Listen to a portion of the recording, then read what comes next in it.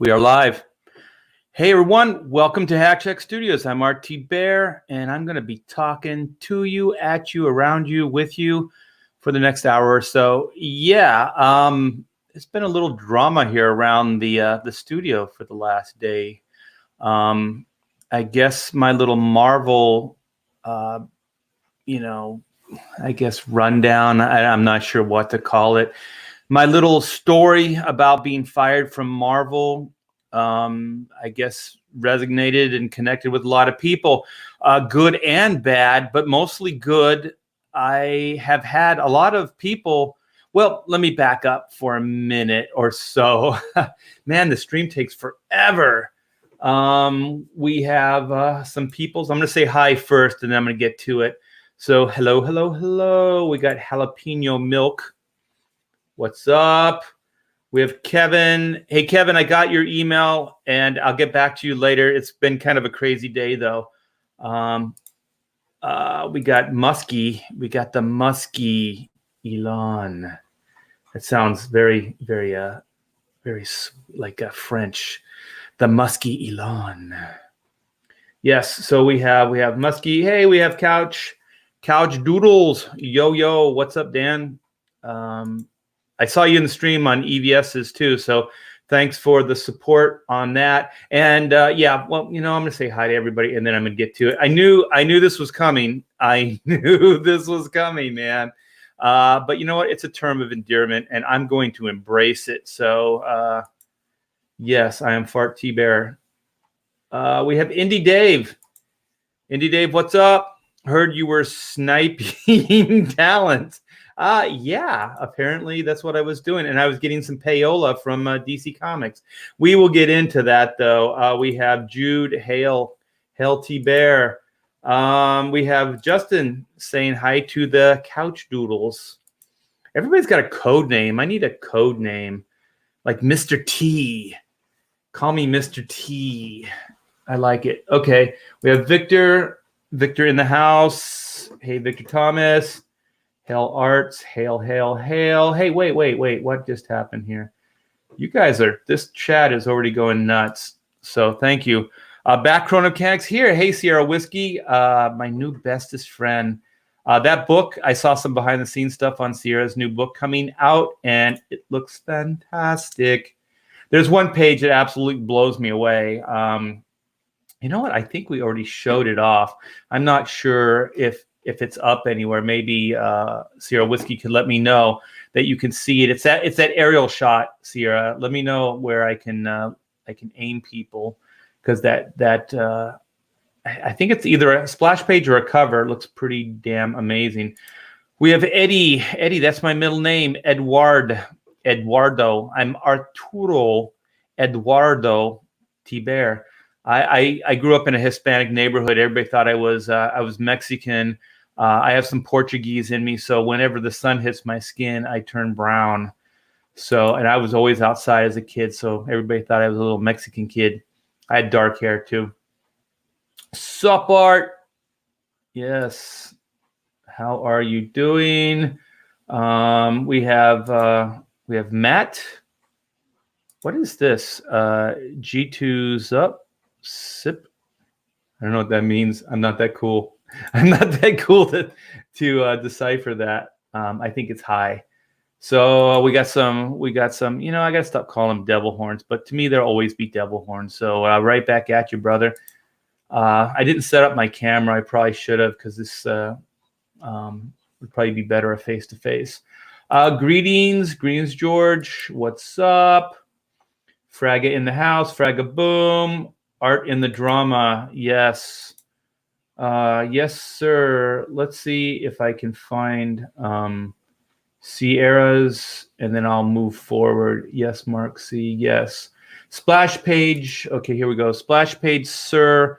I'll send it to you again. Yeah, I'm not sure I'll be able to. I'm not that technically cool, but maybe in the future I'll show it off. Yeah, hell me, rocking to the T-Bear. Hey, wait a minute, this thing is moving way too fast. I'm missing some stuff here. Either that, I'm getting old. Pity the fool. Hello, Art. What's up? Kevin, this will only help. Yeah, I think you're talking about the Bleeding Cool article and the other drama, but I will get into that. I'm still want to touch base with all you guys. And I got a super chat. Your code name is Fart. Yeah, dude, I totally set you up for that one, and you took it. So cool, man. We should take this act on the road, do some stand up. I'll be your straight man, and you can come in for the kill with the jokes, dude. Wait, really? I didn't know that, dude. When you go out in the sun, do you get dark? That's pretty cool, man. Yeah, on my mom's side, I'm almost completely French and Portuguese. Like my parents' lineage is pretty much the bloodlines pretty clean. My mom used to say we were Heinz 57, but in actuality, we pretty much are those two. French and Portuguese. This is a pretty good combo, man. We have Eric Weathers. Hey, Eric, thank you so much, man. You guys don't know what we talk about in the DM rooms and stuff like that. Eric's been super supportive, so thank you so much, Eric, for the kind words and stuff. I get a little nervous with these situations because I'm not used to people coming at me. I'm not used to any of this, actually. I'm usually just kind of in my studio, just me in the four walls. Smash the thumbs. Yes, smash my thumbs, baby. Do it. Oh, wait a minute. My lifelong buddy, my partner in arms, my one true friend throughout my entire existence, Curtis Wyndham, is here. Curtis is in the house. Yo, what's up, Curtis? Hey, I wanted to see that... what is it called? The Ford Ferrari movie. We should go see that. I've heard a lot of good things about it, and I know that's right up your alley. So if you haven't seen that movie, we should go see it sometime soon. I know this time of year is pretty crazy for us, but if you don't know, we did a Booming Out Loud, a year ago. Curtis and I did, and I've known Kurt since I was 7 years old. And we used to play with those Aurora model kits, the dinosaur ones. And we used to make tar pits in the background out of mud and stuff. It's a lot of fun. We had the superhero club. We used to build tree houses and read comic books. Kurt is super, super cool. And he's a very respectful geek. I'm full on kind of, geek. But Kurt's very respectful. Like if you met him, you wouldn't know. But if you went, he's got like the geek room where he's got actually console video games from the 90s, from the 80s and 90s, I guess more like the 80s. And he's got he's got pinball machines, and he's got all his geek paraphernalia in that room. I guess they would call it his man cave. That's what the kids call it. Oh shit, I got another, wait a minute. This is moving way too fast, you guys. I'm not used to this. Let's get Art to 20. Oh yeah, that would be killer. We're coming up on 19 already. So based on yesterday and so far today, we could get to this 20K goal today. And that would be amazing because we still would have 3 days left. And if I can get Chrono Mechanics to 25K, then I will be a happy man because that will pay all my bills. Oh man, come on, dude. Still with the fart jokes? What's going on? Okay. Dutch Portuguese. Okay, that's cool. That's cool, man. Frega's got some fans. Got some fans here. You and Anna, yeah, Anna's like full on like Portuguese, right? She's a proud Portuguese lady. And then we have the Mark C, $2. Thank you so much, brother. I disagree. Your code name is Hi T Bear. Okay, since you gave me $2, for the sake of this stream, I am Hi T Bear. So everybody refer to me as Hi T Bear since it's been paid for by Mark C. Anytime, Art. Thank you, Eric. I could do this forever, but I should probably move this forward a little bit. Kurt comes back with Work in Life. Yes, we should. Well, that's good. You haven't seen the movie yet, so that's awesome. We'll go see the movie together. Title 10, don't mash the thumbs. Need that for inking. Yes, I do. Must be old like us. Fart too much. Yeah, it's a long story, Kurt. I'll tell you when we go to the movies about the fart jokes. Hey, wait, what is this? We got Keith Hall in the house. Keith Hall used to work at Hack Shack Studios. Very talented guy. What does this say? You knocked the hell out of the hornet's nest with that last feed, brother. Oh, thank you, man. You know what? I had, well, you know, I'm going to use that as a way to get into this because that's a good segue. So I'd been sitting on that story, the YouTube chat, the YouTube stream I did yesterday about Marvel firing me and all that. And if you haven't seen it, go, not right now, but go later and check it out. It's a little long, but man, I get into the details. So I've been sitting on that story since 2002. Since 2002, and I've never publicly shared that story. I did an abbreviated version of it on Mitch Bratweiser's show maybe a year ago, but I really haven't said anything publicly about it. I didn't go to the journals. I didn't say anything about Marvel wronging me or any of that. So I sat on it for a long time, and so the thing is, even the Bleeding Cool article kind of accuses me of like, you know, why are you doing it now? You're doing it now to, you know, sell Chrono Mechanics books. Well, maybe, but also the thing is the timing just felt right. And I had been sitting on this for a long time and it just felt like the right thing to do at the right time. And the reason it took me so long is because I can look back now and I can see that Marvel doesn't have any control of me anymore. No one can hurt me at Marvel, you know? And so that's a big thing because you live in fear, right? You don't want to say anything because you don't want there to be backlash. You don't want a powerful corporation coming at you and making your life worse. So the timing, you know, according to Rich Johnston of Bleeding Cool, he made it sound like it was suspect, like I was doing this, I was like whoring myself to tell the story now. But in reality, the reason I told the story now is because it's safe. It's safe for me to tell the story right now because Marvel cannot hurt me. I managed to make a pretty good career in you know, animation, you know, working the few years I did on, you know, developing shows and things like that. And then also I probably have put in 15 years at DC since Marvel. So a decade and a half I logged in the comics industry after Marvel fired me. So I know that I'm in a pretty secure place and that I can't really be harmed by Marvel. So at this point, I don't really care about anybody's feelings, and I just felt like it was time to say what needed to be said and to get it off my chest. And to be honest, I mean, even though I work in a vacuum, I still kind of think about talking with you guys one-on-one here as the same kind of vacuum. Like it still feels very intimate and doesn't feel like it's going out to the big cruel world out there. But apparently it caught fire, my YouTube show yesterday. And thank you guys for all the subs. Thanks for all the support. My gosh, man. Like I said, these things always come with like good and bad, but the good outweighed the bad this time out. So the Rich Johnston thing isn't even that bad, but I will talk about it a little bit. So anyway, so I said my piece yesterday.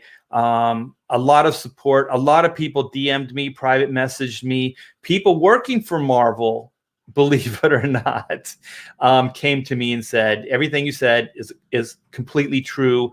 And Bogart and CB are really, really horrible people. And a little bit of Joe Quesada thrown in there as well. So anyway, so I struck a nerve. And apparently I got into mainstream comic book news, which is Bleeding Cool. So was not my intention, but you know, whatever. these things happen, I guess. I'm a public figure, even though I don't think about myself that way, but it did. It happened.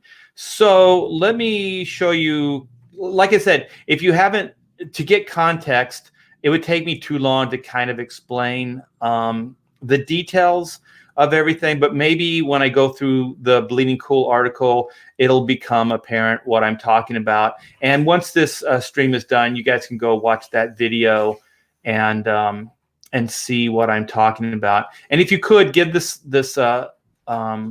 stream a thumbs up, I'd appreciate it. And if you haven't subbed, please could you? That would be appreciated. So I'm gonna share the screen right now. Boom, boom, boom, and here it is. Here it is. So before this went up, I mean minutes before this went up, Rich gave me a heads up. He sent me an email, and I clarified him on a couple of these points that he had wrong. And there's still a couple things that are wrong in this article that I did correct him in. I don't know if he didn't have time to fix it or if he just chose to ignore them. So I don't really know the guy. I hear that he can, write hit pieces, here and there. So I really don't know the guy. And to be honest, I don't read anything that Bleeding Cool puts up. So this is the first time it's really I've even delved into this website. So already from the start, it says RT Bear finally talks about getting blacklisted at Marvel to promote his comic Chrono Mechanics. So already it's pretty snarky. And it paints the picture that, maybe I'm not on the up and up, and maybe I'm a hoe bag. Maybe RT Bear is a hoe bag, which I'm not. Okay, so I'm gonna I'll put this in the link. I'll put not in the link, in the description. I'll put this link in the description because this article is really, really long, you guys. And EVS had done an hour on it already. So if you want to get some more fill in after you listen to my video, after you listen to this video, hang out with me here, watch my video from yesterday and then watch Ethan's and read this article somewhere in between, and you'll get the full picture. Like I said, it's pretty epic and it's pretty long. So I have other things I want to share with you. So I didn't want to spend the whole stream talking about this. But it basically gives a little bit of a backstory about where I was at. So backstory, I was working at Marvel and I was working on the Ultimate X-Men and Ultimate Spider-Man. So things were good. Life was good. So I paid my dues, coming back from Image Comics back to Marvel. He says that I had this wrong. He kind of calls me a liar about this. So I'm just going to call out some of the points just to defend myself a little bit here. So he says, after moving to Image Comics and suffering from an industry sales decline, T-Bear talks about returning to Marvel with his tail slightly between his legs after penciler Adam Kubert had requested him to work with him on X-Men. But it wasn't that easy. T-Bear says that then Bob Harris wanted T-Bear to pay his dues to get back. Okay, he just wanted me to pay my dues. So that's the setup. So basically, I worked on a bunch of bad, horrible books to kind of pay my dues for leaving Marvel to go work at Image Comics and do black and white.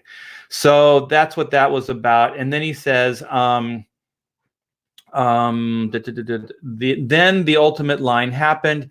He was picked to work on both Ultimate Spider-Man and Ultimate X-Men, and he quotes Bob Harris telling him that on Ultimate Spider-Man he wanted me to ink Mark Bagley, and then he says, I want to see you on his work, maybe worth nothing at this point. That it was Bill Jemas and Joe Quesada who set up the creative teams on the Ultimate books. And Joe was EIC at the time, but was almost 20 years ago. So he's kind of giving me the benefit of the doubt, but he's saying I have my facts wrong. dude, I don't have my facts wrong. I was there. The phone call did not come from Bill Jemis. It did not come from Joe Quesada. The phone call came from Bob Harris. Bob Harris is the one that brought me in on Ultimate Spider-Man.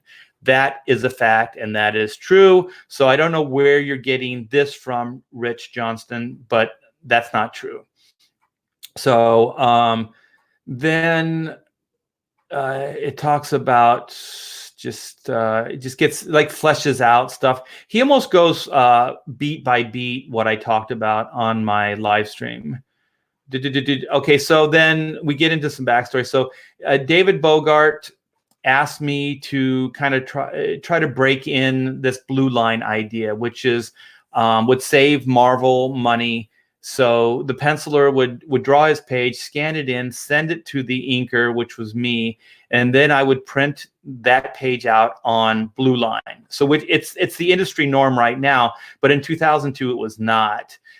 There wasn't even really high-speed internet at the time. So this would have been a pain in the ass to do, and original artwork sales I had some reservations about. So I told David these things, and I told him I would get back to him. So I talked to a couple other people, other inkers, and got their thoughts. And they basically said the same thing that I did, or felt the same way about, blue lines.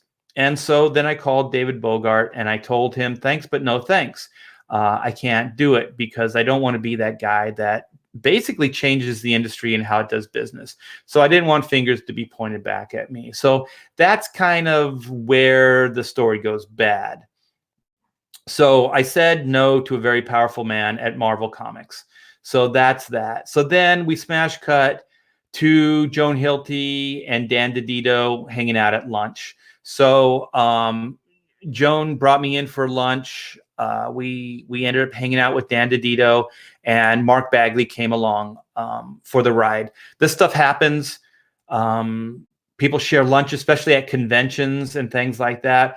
These things happen all the time. So we all went out to lunch, had a great lunch, and as you could predict, Dan DiDio offered Mark Bagley work at DC. And so Mark said, thanks, but no thanks. I'm happy at Marvel working on Spider-Man. So that's as far as that went. So I get back to the convention, and CB is there and starts asking me a bunch of questions about writing. So he seemed like he was eager. He wanted to learn how to write. He wanted to get some knowledge from a comic book veteran. So he asked me a bunch of questions about writing. And then he started talking about how would I become the Batman writer? Who would I talk to over at DC? Things like that. So, I'm trying to help him out. He's a young guy. I'm trying to help him. And then he said, didn't DC offer Batman to you and Dave Finch to follow up Jim Lee on Hush? And I didn't know this at the time, but he was setting me up. Marvel did not know that had happened officially. So they had speculation that Dave was being offered this work. And myself, Dave is the one who offered to bring me along. DC didn't even contact me. David Finch asked me to come over with him. I actually talked Dave out of it and told him this X-Men gig is way better than going over there. It's a hard act to follow Jim Lee. So my big mistake was trusting that CB was an honest guy and that he was asking real questions to get some real help. But actually what he was doing is he was setting me up to get information, and he got information. So now he knows beyond a shadow of a doubt that Dave Finch and myself were offered Batman. So he knows this now. It's not speculation. It's not, it's not hearsay. It's fact, because he hears it from me. So then I get back from the New York Comic Con, and I get a call from CB and from David Bogart. And they basically, in a nutshell, tell me I'm fired. And they tell me I'm fired because I was trying to woo talent from DC Comics. So I was trying to woo Mark Bagley and Dave Finch away from Marvel to bring them over to DC. This is utterly ridiculous. You guys all know, like, the pecking order, there's no way, like, I don't have it in my power to offer anybody anything. I can't offer anybody a job. I'm not in a position that I can even hire anybody. I'm not in that kind of power position at DC Comics. I couldn't even make that offer because I just can't do it. And so what Rich Johnston does here is somewhere in here, he says that that DC, I was on DC's payroll. They paid me to woo the talent. So I think what Rich is doing here is he's trying to build the narrative to give a deeper reason why I would even think about wooing the talent, right? Because it doesn't make any sense otherwise. Because what would be in it for me? I'm already working with Mark and Dave over at Marvel. We're on the top 5 books at Marvel Comics. What the fuck difference would it make if I was working at Marvel or at DC with these guys? It makes no fucking sense at all that I would do this because I'm already on the best books working with the best guys in the industry. The Ultimate books were in the top 5 always for years. I worked on that book for 3 years, those books for 3 years. I mean, what the hell? It doesn't benefit anybody to do this. But I think he starts building the narrative and saying that I was offered money. So then all of a sudden it makes more sense, right? Well, Art was doing it for money because otherwise it makes absolutely no sense. Why would I do that? I'm already working with these 2 guys on Spider-Man and the X-Men. These are not little throwaway books. These are huge titles, man. These were the top books of the time. We were getting awards for these books left and right for years on end. Best writer, best artist, best inker, best book of the year. All these things, man. You don't get any better than where we were. So it doesn't make any sense that I'd go, well, you know what? The pasture's greener at DC Comics. The pasture was not greener at DC Comics. We already were at the greenest pasture you could possibly be. And that's why Mark said no. And that's why David said no. Because on some level, they knew that this was a good deal and we should stay there. So when Rich brings this up, he also says that he has some kind of proof, that somebody told him. And then when I questioned him in emails about this, he said he didn't want to name people. Well, that's the ultimate douche move, right? Like that's why wouldn't you say who these people are? It does, I could make up anybody and say, hey, this guy told me this. It doesn't mean it's true. It doesn't mean it's factual. But if I could verify that, if I could say, if he says this guy's name, then I can counter argue. I could go, that guy wasn't even there, or that guy had no knowledge of that, or whatever. Then I could actually contest it, and I could explain my point of view. But he didn't bring up these names, so it's very, very suspect. And also, if you listen to Ethan's stream about this, he gets into legalities of this because there is some legal ramifications because he's accusing DC of paying me money to woo talent. That he's trying to make me look bad, like maybe, I have questionable ethics, but he's also saying that DC Comics has questionable ethics because according to him, DC is the one that made the offer to me to pay me to woo these guys over.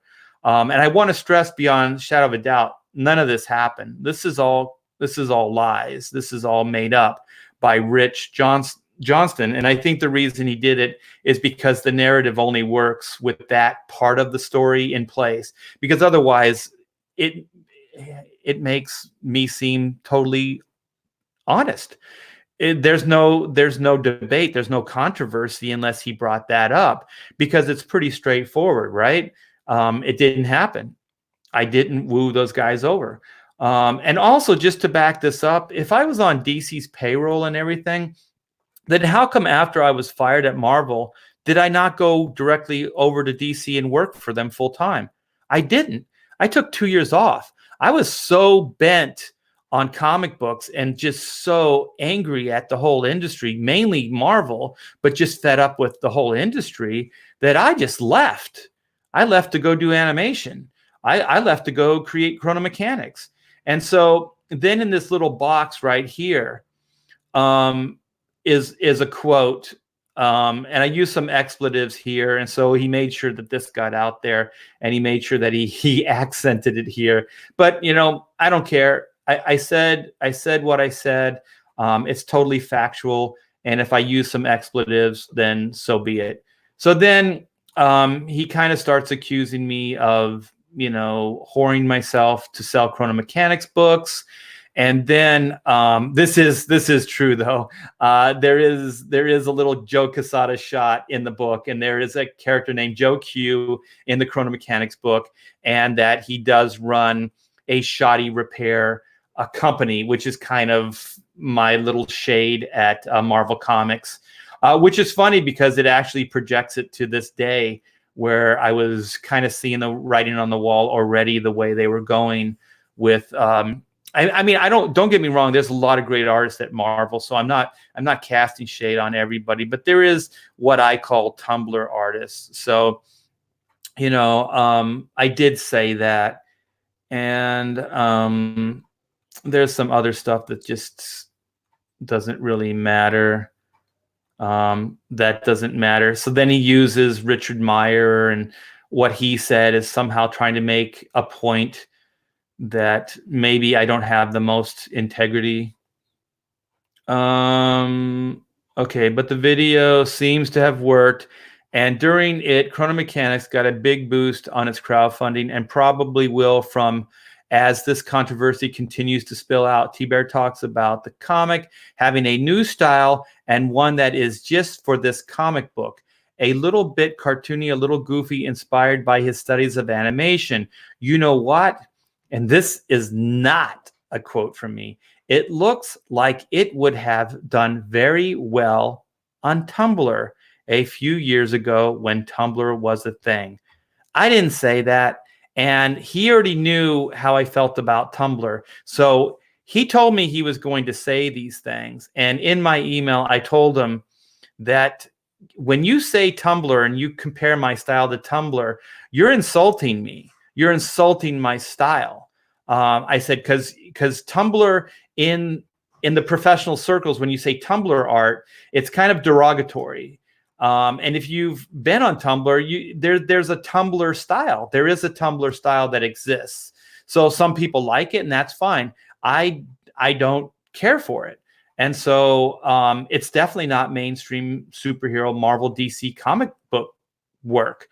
So when he says it looks like it would have done very well on Tumblr a few years ago when Tumblr was a thing, I think that's a shot. That's a shot at me, because like I said in my emails, I told him that if you put that up there, you're kind of insulting my style. You're saying that it would have done well on Tumblr. So you're comparing me to Tumblr art. And that wasn't cool. That wasn't cool, Rich. So I think that those were pretty much the beats I wanted to go over. Here's the link to the video. But I believe that's it. And then, yeah, his title, I think, was trying to get a little clickbaity here.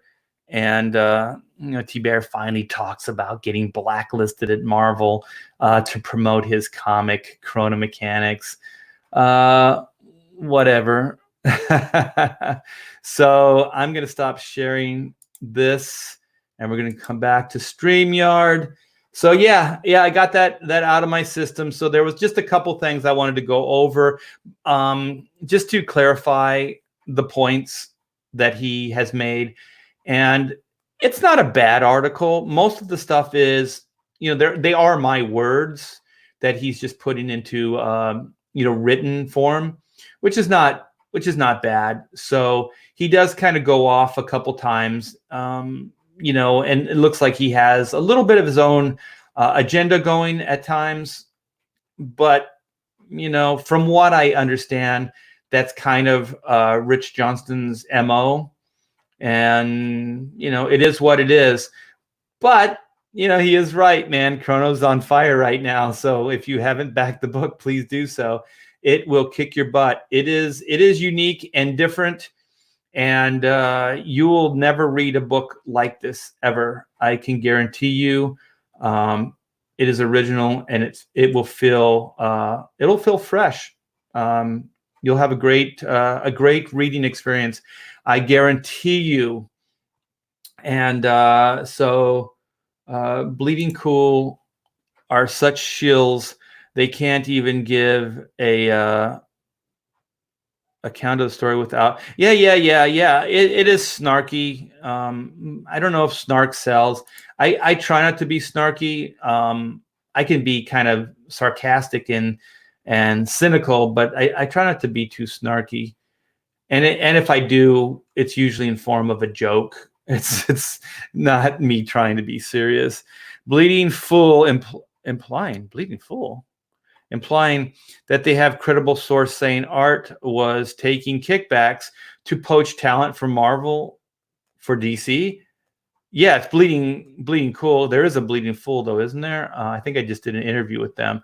But yeah, Bleeding Cool. Yeah, that's what they're saying. That's what Rich Johnston is totally manufacturing. He's totally manufacturing that. It just doesn't exist. It's not true at all. I like it when Art gets worked up and drops the F-bomb. He rarely does it, so it's very impactful when he does. The people who matter are on your side. Art, oh my gosh, thank you so much, man. I appreciate that. It's very heartwarming. Thank you.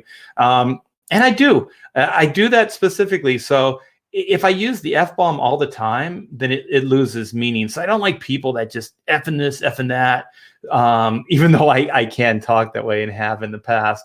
But, in stuff like this, yeah, I try to reserve it for, because you know what? It's such an impactful word.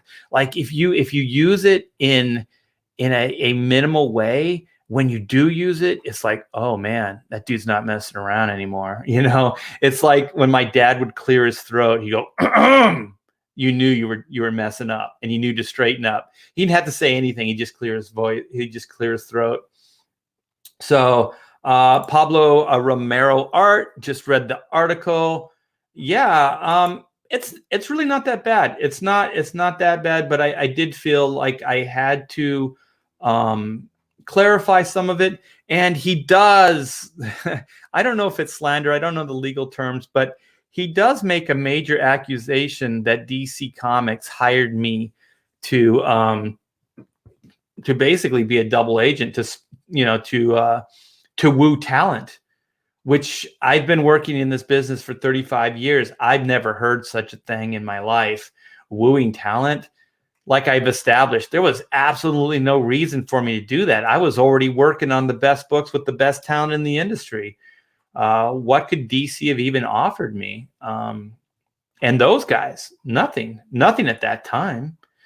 They both eventually did go over there. And long story short, or just to move into the future, I ended up inking Mark Bagley when he went over to DC when we did that Trinity Weekly series. So no harm, no foul. Yeah, I don't know. I mean, I'm not vindictive. I don't hold anything against him. I know he's trying to sell stuff, but I do believe that if you're going to be a journalist and you say you're a journalist, I say you can't lie, man. You just shouldn't. You should try to be as factual as possible, because the thing is, if the truth isn't enough, if the truth doesn't have the impact, and it doesn't either make you hate the person or like the person or be disgusted or enlightened or uplifted, then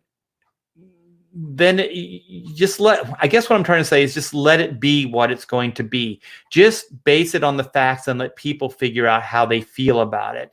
Don't try to skew it into making somebody feel like, oh, R.T. Bear did this just because of the Chrono campaign, and stuff like that, because that's you projecting. That's not fact. That's not you being a impartial to the situation. That's you interjecting yourself and how you feel into the situation. And that's not responsible journalism. And we're seeing a lot more of that. And I think fundamentally that is a big, big problem with our society right now. Oh, hey, Mark C. Thank you so much. $5, always appreciated. I tweeted the article to DC, and oh my gosh, that's right. I think Ethan said to tweet that out to DC and Warner Brothers. I also tweeted at CB with Chabolsky. When you're dirty, you think everyone else is. Yeah, I do think that. I think if you're paranoid and you're a little bit judgmental, I think you end up projecting that. You are that. You end up not trusting, and you end up projecting, because that's your perception. That's how you think the world works. So you think everybody's doing that back to you in kind. I think we are only the sum of our experiences. And that's it. So if your experiences in your world is very shallow and you're very paranoid, then that's how you're going to see everything.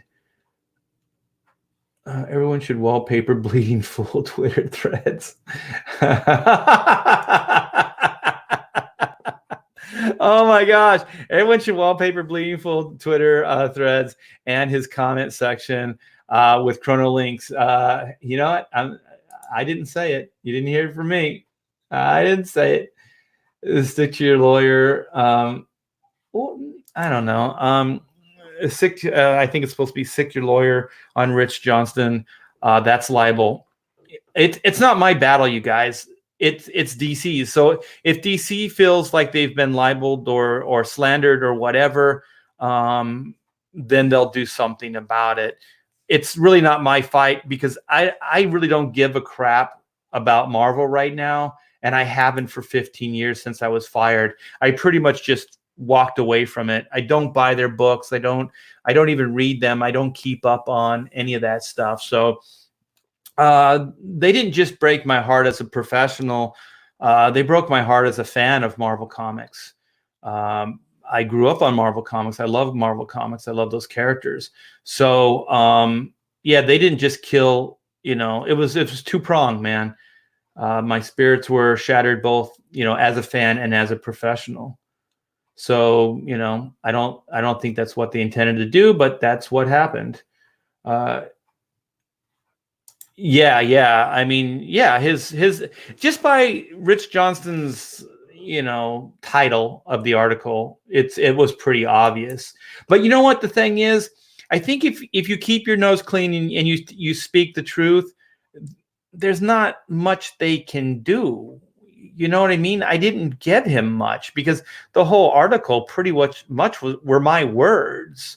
He does try to, with that, if you guys have read it, the Jon Favreau thing. And if you guys were here live yesterday, I made a mistake, and I thought Jon Favreau was this political guy. Or, I thought there's Jon Favreau, the actor, director, and then there's some political guy. And this guy, Jon Favreau, who I thought was the actor, director, made some comments about Trump and the wall and imprisoning Mexican kids in cages and stuff like that. I don't want to go off on it, but it was basically, I misspoke, and I thought it was Jon Favreau, the actor, not Jon Favreau, this politician.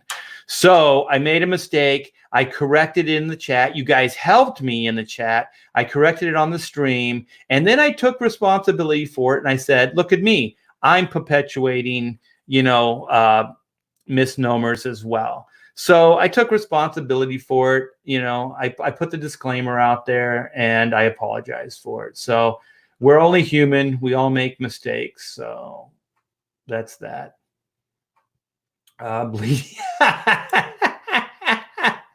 bleeding stool is a dirt rag. Johnston is just a troublemaker. Yeah, I think he just wants to sell. He wants to sell, his site. He wants to do his thing. And you know what? Just to be honest about Rich Johnston, is that when I was emailing him back and forth, he was calling David Bogart like David Oh, I forgot how he spelled his last name. He had that wrong. He had some facts and some misspellings, man, all through his email. He called chronomechanics chrononauts.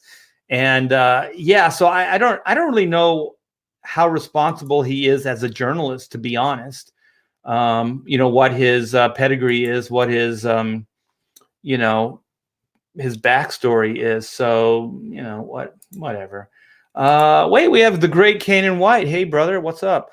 I got a lot of stuff trying to fulfill, but hopefully one day. Oh, so you're talking to somebody in the chat. Yeah, I believe Brand is done, if I'm not mistaken. So I believe Brand is in fulfillment right now. So I could go back in the chat, but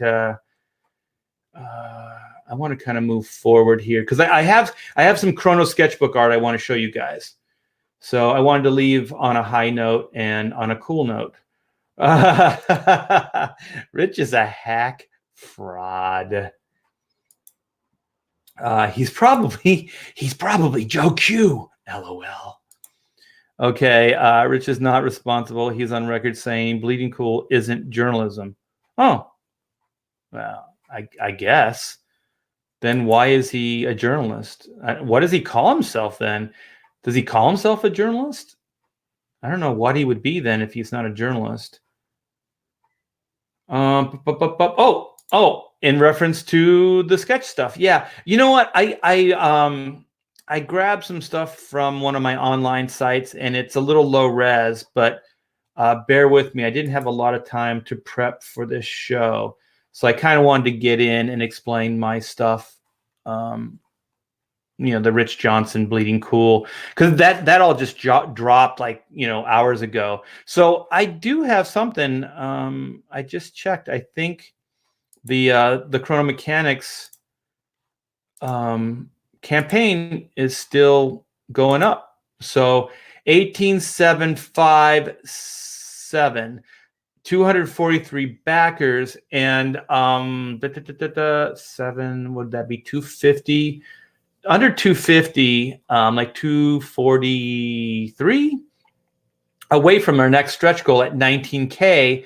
And I believe we got a couple backers. So I'm going to hit this refresh and see if we just unlocked a new stretch goal for you guys. Oh, man, we're so close. So we are 100 and is that 46? We're 146 away from 19K, you guys.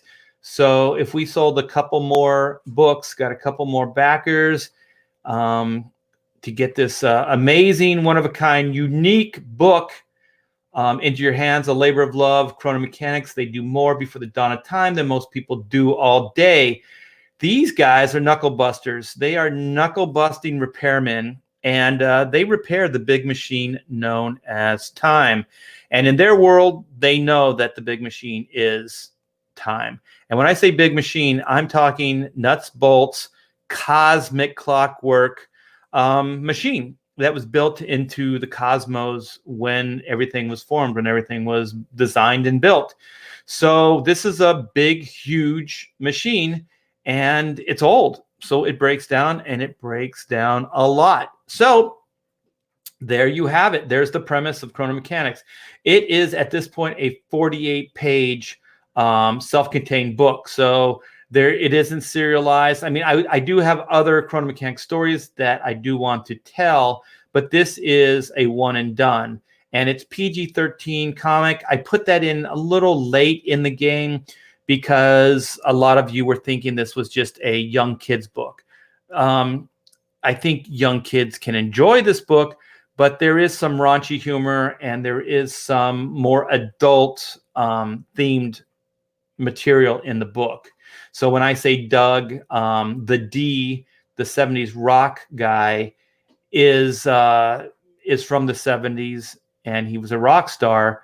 That comes with all the vices of being a rock star, sex, drugs, rock and roll. So we do get into a little bit of that in the story. But I believe that the raunchier stuff will probably go over kids' heads. So if you are going to pick this up for your kids, just know that it has like a PG-13 sensibility. To help illustrate that point, I would say think Simpsons, think Futurama, kind of that, where sometimes it can go into, raunchier things, more adult themes and stuff like that. So we have this as the cover. I'm just going to kind of go over this just in case some of you guys have not seen it yet. And then I'll preview the sketchbook. Also, I can show you what the sketchbook is so you'll have context. So these are interior pages. This is kind of Doug being introduced into the chronomechanics universe. So he's meeting all the mechanics for the first time here. So he's been recruited to be the next team member of Team 9.2 of Sector 7, which are the most elite knuckle busters that Chrono Incorporated has ever had. So these guys are the best of the best. That's why this book focuses on them. So then we kind of sum it up where they explain what he's there for, why Doug has been recruited. And he's like, what? This last panel, he's like, no. I'm a rock star, man. I don't do manual labor. Work is a 4-letter word, brother. I don't do that. And so then this is kind of out of context.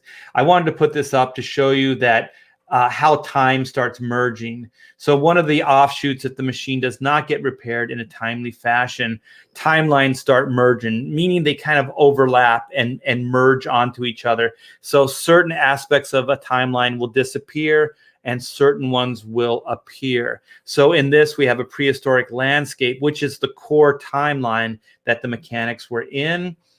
However, a 50s cafe just appears right in the middle of the prehistoric landscape, complete with car hop. So Doug, being the ladies' man, starts flirting with the car hop, and it looks like she's kind of digging it. So we do have some sex appeal here in the book. And so they try to get to work, try to move things forward. And then we get to see the mechanics in their core form again, trying to get some help from this Indian tribe here. And I don't know if anybody picked up on this. This is kind of some of the more adult humor, you guys. Okay, there's this Indian woman. This is kind of raunchy. Okay, there's this Indian woman in the foreground. She's kind of rubbing her stomach. So she has a papoose, a baby, in tow behind her, but she's also pregnant. And the idea behind this was that she's kind of looking for a future husband. So she's kind of like, hey, he'll do, the guy that's coming forward. That's Oot. So that's kind of what that, it's kind of creepy and kind of weird, but it's kind of understated at the same time. So there's little things like that aren't necessarily in your face, but if you're paying attention, you can kind of read some stuff into the situation. Here we go. Here's the work in progress sketchbook. So I wanted to do a sketchbook for Chrono, but I want it to be like no other sketchbook. So Chrono is totally outside of the box as far as the concept, and this work in progress book should follow suit. So it's going to open kind of like a centerfold. So up and down, kind of like a calendar. And so it's going to be long ways instead of tall. So it's going to be side to side versus up and down. And so I thought what would be fun is we have a character named Eugene. He's the Chrono Elucidator. So he's basically the Chrono computer system. So he keeps track of all timelines, all the mechanics. He's a computer system, but he's a computer system that has a heart. He likes to think of himself as a human. So he manifests as a, for the lack of a better term, living, breathing hologram. So, and he idolizes Team 9.2 of Sector 7. He wants to be, a chronomechanic so bad. So he's kind of a fanboy. And so what he's going to do in this book is he's going to narrate the book. So it's going to be, sketchbook, work in progress, and then he's going to narrate it. So instead of me going, this is what I was thinking when I came up with this, we're going to have Eugene go, when I was talking to Art the other day, he mentioned this. So I believe this is the idea behind, this design or whatever. So we can have a lot of fun with the sketchbook. And on a previous stream, I showed you, I believe it was an early Warner Brothers animation pitch that I had put together. So some of that will be in the sketchbook. Of course, working drawings, behind the scenes stuff. And what else did I have? There was something else I was going to put in there. Maybe it'll come back to me as I talk. So here's a couple of the sketchbook pages I put up on the site. So this is Doug as Slash from Guns N' Roses. Here's a couple little character sheets I did just to try to get, the personality and character of each one of the individuals. So that's Oot in his core form, in his caveman form. And this is Zin in his kid deity form. So he's a little squid boy. So let me go to the next stretch goal, because this is the stretch goal that is going to make me incredibly happy. So you guys have already unlocked the 12K, the 13K, the 14K, and the 15K, and that is the variant cover trading card. So this is what I'm calling the Superstar Cover Collection.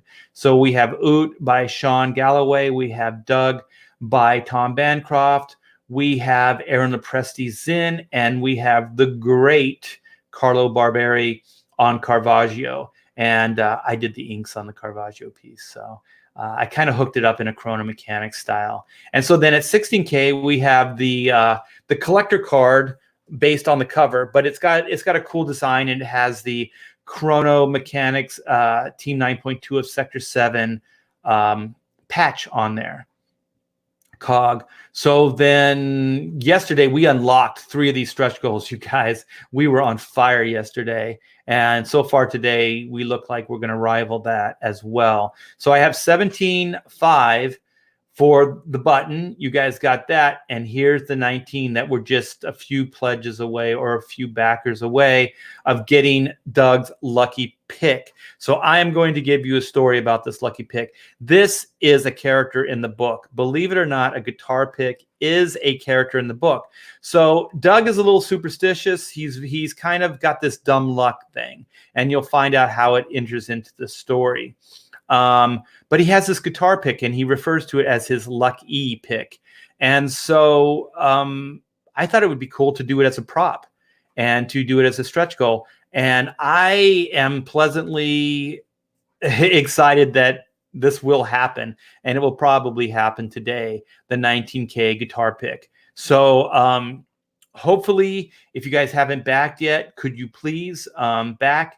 Because I would love to announce this 19K stretch goal. And I can't wait for you guys to read the book and see how this guitar pick enters into the story, because it's really, really fun. And I have a little aside story. When I was pitching this as a animated show, I contacted Tenacious D. I love Tenacious D and Jack Black. And I got a hold of their management and pitched them Chrono Mechanics and said, I want Tenacious D. I would love Tenacious D to do the theme song for the cartoon. And I wanted, this is before it was totally effed out, because everybody's done it since, but the song Holding Out for a Hero, holding out for a hero to the end of the night. And I thought it'd be so cool to hear those two guys sing that song. And that would be the opening theme song for Chrono Mechanics, the cartoon. And so they were very, very aware of the concept and all that. And so years later, there was the Pick of Destiny. Do you remember that movie? Do you remember that, little Jim? Yeah, Pick of Destiny. Doug's lucky pick. I don't know. Pretty darn close. And there's a couple other similarities as well. And I did contact my lawyer / agent, and he said, yeah, we could sue them. You have grounds. He said, but to be honest, those guys don't have that much money. So if we were suing for money, we wouldn't get much. So that's as far as that got. And that was kind of, it's weird. We always think like, these celebrities are that rich and have that much money. but the reality is they might not really have that much money. So we never went forward with it. So I'm just scrolling back real slow because I'm going to go back to the total and refresh and see if we got to that 19K. Hopefully we did. That would be super, super cool. All right. Because I don't like, I used to zip through this, but I think I was giving you guys some kind of like vertigo. Yeah, I was messing with your head. Okay, so we're 18,854. Ooh. This drama is getting crazy. This is good, man. You guys are keeping me on the edge of my seat here. So, what is this? We're 100 and was that 14? $114 away from getting you guys the 19K stretch goal. So this will happen. Thanks you guys so much. If you could tweet out, get the word out, and back this book. We only have 3 days left. And ideally, I need this campaign to be about 25K. I know I gave the 8,000 for flexible goal, but that's kind of just there to pay for printing. It doesn't really take care of much of anything else. So at 25K, I can pay all my talent instead of paying them out of my pocket, which I'd gladly do to get this thing, to happen, because that's how much I believe in it. But it would be nicer if I didn't. And also, the more books I sell, the more people I can make happy with this comic. So that's kind of that. And also at that 25K, I can have a little bit of buffer financially to get to the next campaign. And my next campaign is I am going to launch, and it's either going to be Oodles of Doodles 2 art book, or it's going to be a black and white standard version, more of a kind of newsprint version. So I'll have the premiere edition, which I did the campaign already for, and thanks to everybody that supported that. And those books are going out. And a big huge announcement. Oh my gosh, I can't believe I forgot this. We are getting the last shipment of black and white books tomorrow. So we are officially going to have 2,000 books in the garage here. So then we can go out like big time fulfillment. So we can get more books out on a daily basis and get those to you. And the PDFs have already gone out. So the PDFs have gone out. If you didn't get your PDF, please let us know, and we can make sure you get those.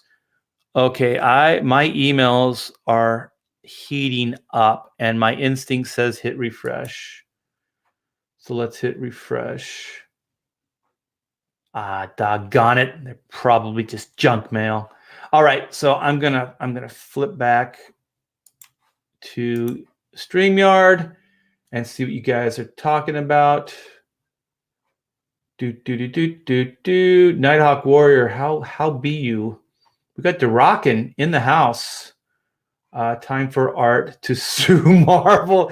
I don't know, man. I don't. No harm, no foul, man. It's all under the bridge. And actually, in a weird way, they did me a favor, because Chrono Mechanics would not exist if they didn't fire me. And that is truth.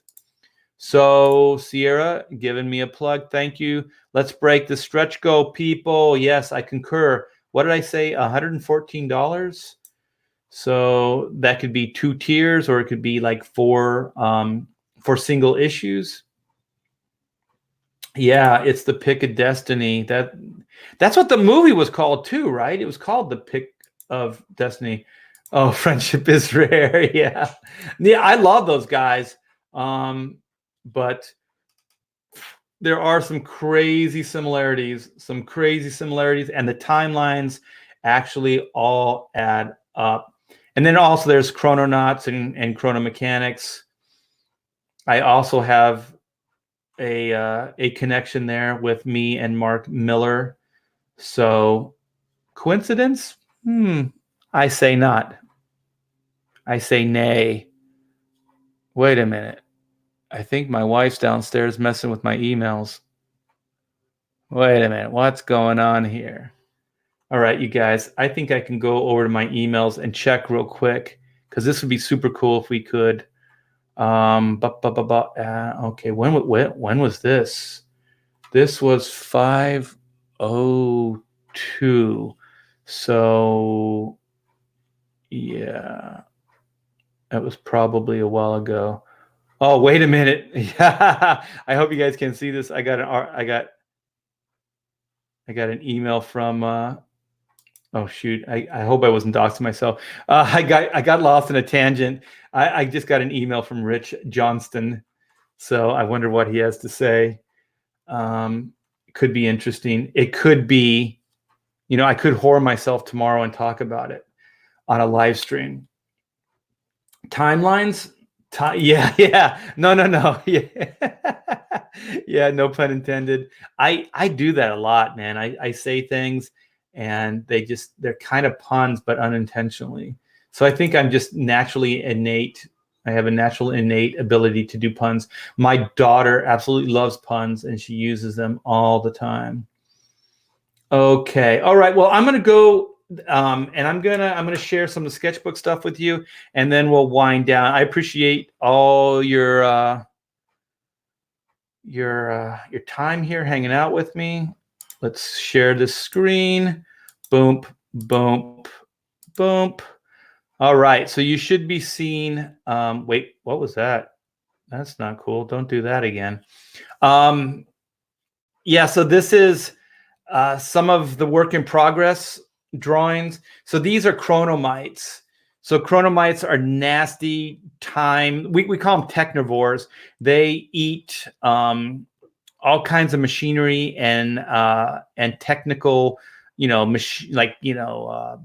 don't know, appliances, tools, just about anything that's mechanized and metallic. They'll eat, and so these creatures hang out in the time streams.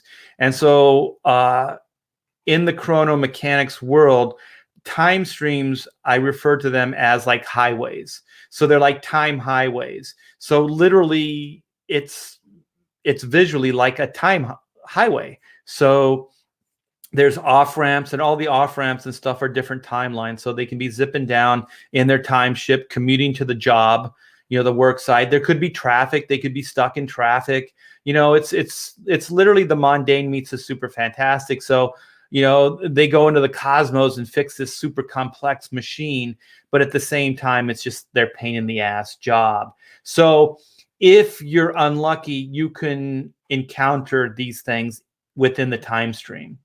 And these things will rip apart your ship in no time at all, because they also run in packs. So there's many of them. They're not that big, but they're like piranhas, and they'll just eat up your ship. So the idea here is, see, they have like these little suction cup tails. The little suction cup tail will like attach itself to the hull of the ship, and then the fingers kind of work like remember those old can openers that had the point that you just kind of jam into the metal tops? They're kind of like that. So they'll like rip into the metal of the ship, and they'll just stay there, and then they'll just eat with the big teeth. They'll just eat and eat and eat, and they have wings so they can kind of fly. So they can fly and attack these machines. So on the bottom here, there's a little doodle. I think this was probably my first doodle, like complete, like inked up and like not just a sketch, but more of a cleaned up drawing of the time truck. So these time trucks are in the back of the time ships. So the time ship has a cargo hold. And so the cargo is all the tools that they'll need for the job. So sometimes the ship is too big to get into a work site. So they'll have to land the ship, and then they'll take some ground transport, which is the truck here. So it's just like, like a work truck, like a plumber's truck or electrician's truck or something like that. So we have that. So let's see what this one is. Oh, this was for licensing. So I had a licensing deal with a toy manufacturer. And so there were these like a grinder toy, there was like a power drill, torch, and I forget there was something else. But Doug, I just drew him holding a wrench. I can't remember what the other tool was, but it was cooler than a wrench. And this was kind of just packaging ideas for the toy line. And we had like prototypes at San Diego Comic-Con one year. I'll see if I can find the images, the photos of that. And we talked to, oh my gosh, not Toy Biz. Was it Toy Biz? I can't remember, but I had a meeting with a major toy company that year too, because they liked the toys and the toy ideas and the concept. Okay, so then we have this is just like there's going to be some working drawings. I just kind of broke down some of the characters and just shapes and forms and how they would work. So this is kind of a little bit of me trying to teach myself how to draw these characters and how they worked. So that's Oot. That's a kind of a breakdown of Oot and his body style. It's basically a giant light bulb with arms and little stumpy legs. So when I started studying animation, it teaches you just basic shapes. So like light bulbs and squares and rectangles and ovals and all kinds of things that you can base the character on. And it also is a great shorthand because every time you draw the character, you can think of a unique shape that defines the character. And I find it beneficial even in my more realistic endeavors. So this is Doug the D as Ted Nugent. So I was just fooling around and thought I would, since we were in the 70s, I thought I would draw Doug as the Nuge, as Ted Nugent. So yank me, crank me, don't wake me to thank me. So I think those are the lyrics of one of his songs. So here, this is definitely going into the sketchbook, you guys. This is like a really early version of Zen, but you can see it pretty much is the character, but just slightly different. Like all the elements are there, but it's just not quite as I guess the aesthetics just aren't quite as pleasing. So I think I wanted to make him a little bit more, I guess, cute because he is a child deity. And here he looks maybe a little too alien, a little too standoffish. But he has the suction cup hands and the body shape is the same. And he's got the squid legs. He's got the little fighter pilot kind of Mobius helmet on. So this is when it gets, this is some bad res stuff. So I apologize. So you already saw this one. It's up on the Chrono Indiegogo site. And so I think this one was up there too. Yeah, these are bad resolution. And I think this is another not Doug, but Oot. So this one is not up on the Indiegogo site and it's bad res as well. So I apologize. And here, oh, this is good. This is cool. This is Caravaggio, so we can spend a little bit more time on this. So Caravaggio has a huge, wide range of emotions. This guy is probably the most emotion-filled character. He's an artist, so he wears his emotions on his sleeve. And he likes to think of himself as a dapper Dan, so he's a well-dressed man about town. So that's why he's got the hat and the feathers. So he prides himself on the way he dresses and stuff. So I like this kind of Grinch thing where he's got the mustache all curled up. Yeah. Oh, here's the other Oot. So that's pretty much it for the sketchbook. I think I'm going to find some more images and show you guys along the way. Because that sketchbook is going to be very, very cool, and I haven't been posting too much of it. So if you guys like what you see, then there's the sketchbook tier as well. All right, so I think I'm going to start wrapping this up. That's Dynamite. T-Bear is the man. He's talking about his Indiegogo campaign. Yes, I am. Yes, I am. and my emails are heating up again. So I don't know if that's an actual sale or not. Okay. Thank you, Sierra, for putting the link in. And I believe the link is in the description as well for the Chrono Mechanics site. So thank you guys so much for letting me hang out with you. I appreciate it. And let me see. Will I dox myself? I'm going to check something real quick. No. Okay. So yeah, I'm hoping by night's end or early morning we'll be at that 19K, so we can get you guys the lucky pick, Doug's pick.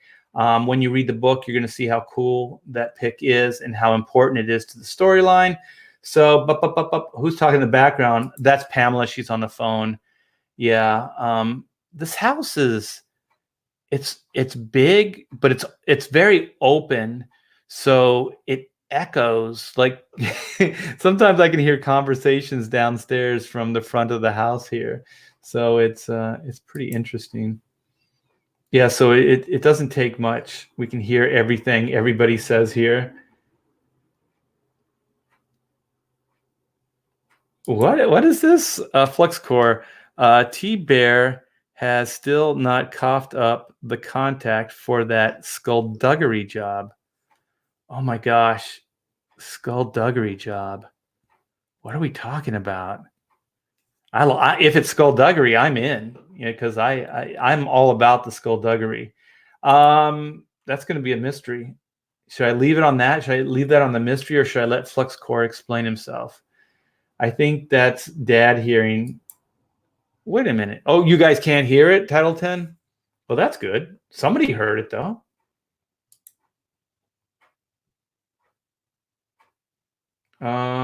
Looks like there's a couple conversations going on within the conversation.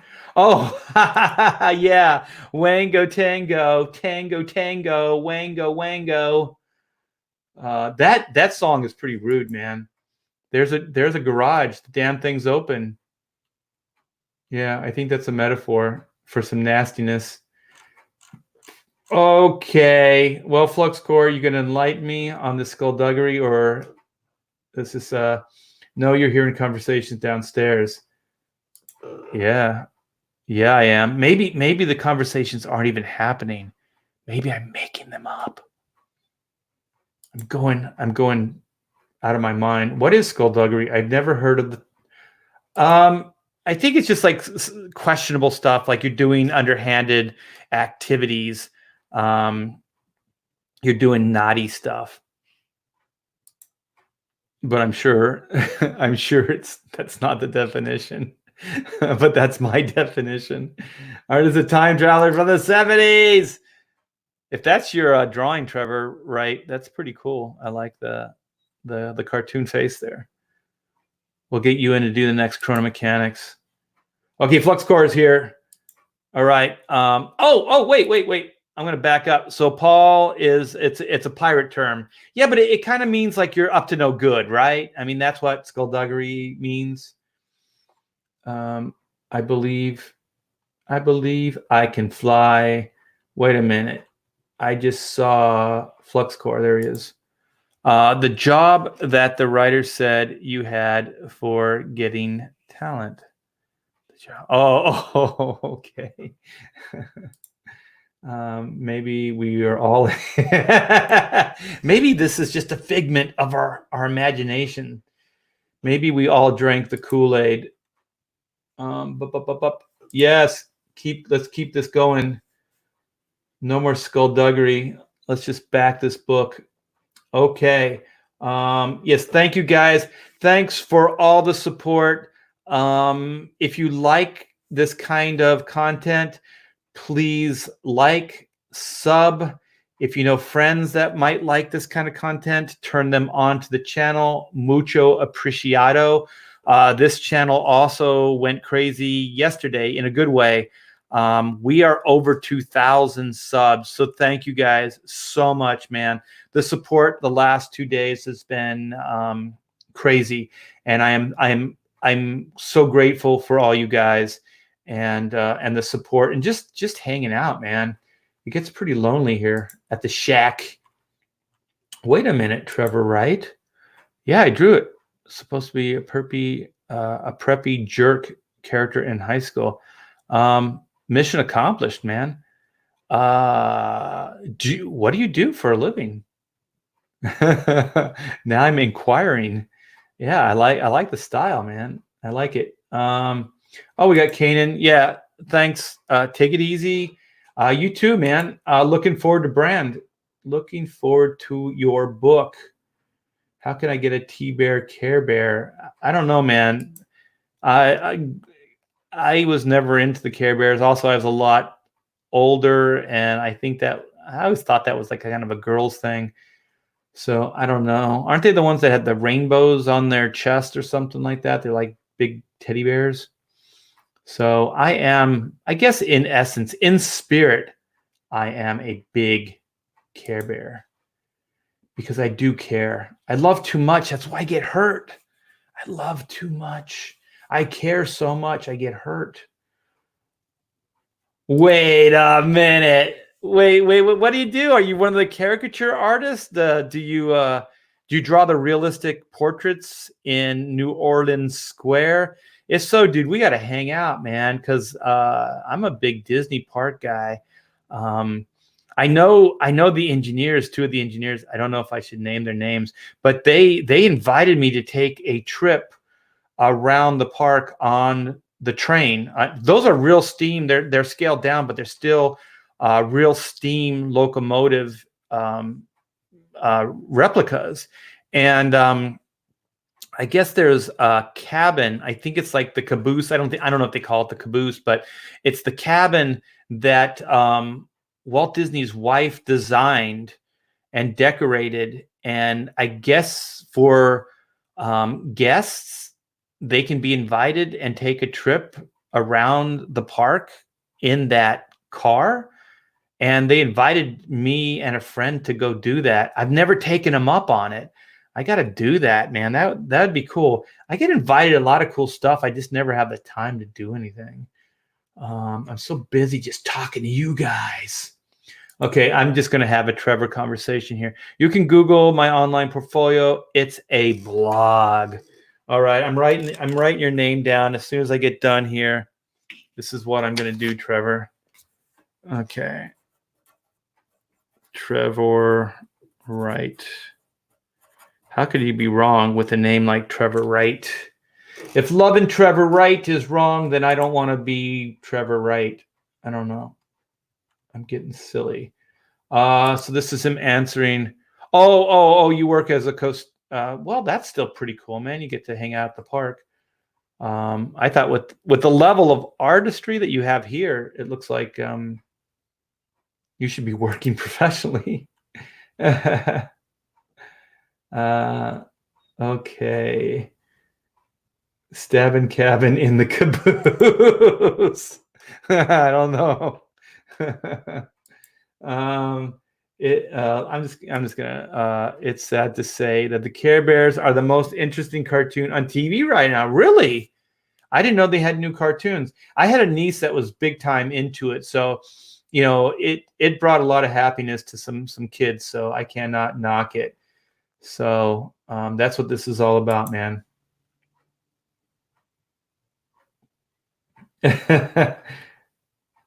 Wait. Okay, so this is becoming the Trevor hour. I should have done some professional work, but can't seem to break into animation industry with a full-time job.